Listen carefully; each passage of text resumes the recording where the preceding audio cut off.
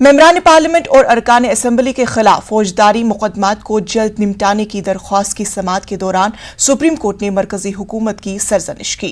Chief justice N V Ramana ने ज़र-ए-इल्तिवा मुकदमात पर सख्त एतराज का इजहार करते हुए कहा कि हाईकोर्ट ने ज्यादातर मुकदमात को रोक दिया है।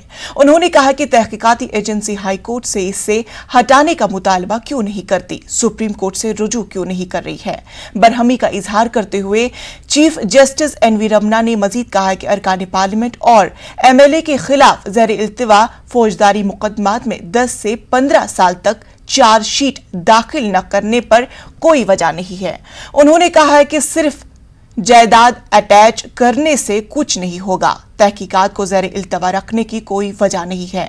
मरकजी हुकूमत की जानिब से सॉलिसिटर जनरल तुषार मेहता ने सुप्रीम कोर्ट पर जोर दिया कि वो जांच एजेंसियों पर एक वक्त की हद मुकर्रर करे ताकि मौजूदा MPs MLAs के खिलाफ मुकदमात की तफ्तीश मुकम्मल की जाए, क्योंकि अदालत की मुदाखलत से मालूमात मुस्बत समत में जा रहे हैं। इस पर चीफ जस्टिस ने कहा कि हमने पहले ही हाईकोर्ट को हिदायत दी कि वो हाईकोर्ट के चीफ जस्टिस की सरबराही में एक कमेटी तश्कील दे।